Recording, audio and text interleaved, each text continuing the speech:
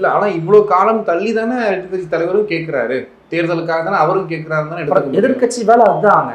எதிர்கட்சியின் வேலை என்பது என்ன, ஊடகத்தின் வேலை என்பது என்ன, மக்களின் குறைகளை அரசுக்கு கொண்டு போய் சேர்க்கக்கூடிய பாலமா நம்ம இருக்கணும். எதிர்கட்சி சொல்றத மக்களுக்கு கொண்டு போய் சேர்க்கிற பாலமா நம்ம இருக்கணும். இவங்க என்ன பண்றாங்கன்னா ஊடகத்தையும் மதிக்கிறது கிடையாது, அல்லது ஊடகத்தில் இருக்கிறவங்கள தன்மையப்படுத்தி கொண்டு அவர்களை ஆளுங்கட்சிக்கு வெண்சாமரம் வீசக்கூடிய அடிமைகளா மாற்றி வச்சுட்டாங்க. இன்னொரு பக்கம் எதிர்கட்சிகளை அவமதிப்பது, துச்சமன தூக்கி எறிவது, அதை அந்த வேலையை அவங்க ரொம்ப தெளிவாக பார்த்துக்கிட்டு இருக்காங்க. அமைச்சர் சொன்ன பதில் உங்களுக்கு சாட்டிஸ்ஃபேக்ஷன் இல்லை அப்படிங்கிறத தாண்டி சார் எவ்வளவு லேட் ரியாக்ஷன் பாருங்கிற.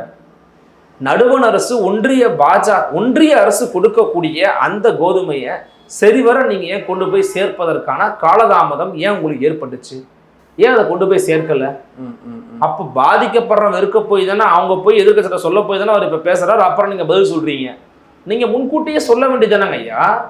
நெல் கொள்முதல் விவகாரத்துல எப்படிதான் ஏங்க மூட்டையா முளைச்சு போய் கிடக்குதுன்னு சொன்ன பிறகுதானங்க நீங்க போய் ஸ்பாட்டுக்கே போய் பார்த்தீங்க. ஒவ்வொன்றுத்துக்கும் முடுக்கி விடணும் எதிர்கட்சிகள்.